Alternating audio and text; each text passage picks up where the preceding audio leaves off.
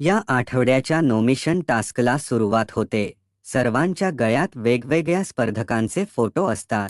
तर समोरील जिनी घेऊन नॉमिनेट करण्याचे योग्य कारण देऊन त्यावर बाकी स्पर्धक सहमत झाले तर तो स्पर्धक नॉमिनेट होणार. अंकिता जान्हवीच नाव घेऊन कारण देते पण बोललेल कारण चुकीचं असल्यामुळे जान्हवी नॉमिनेशन पासून वाचते.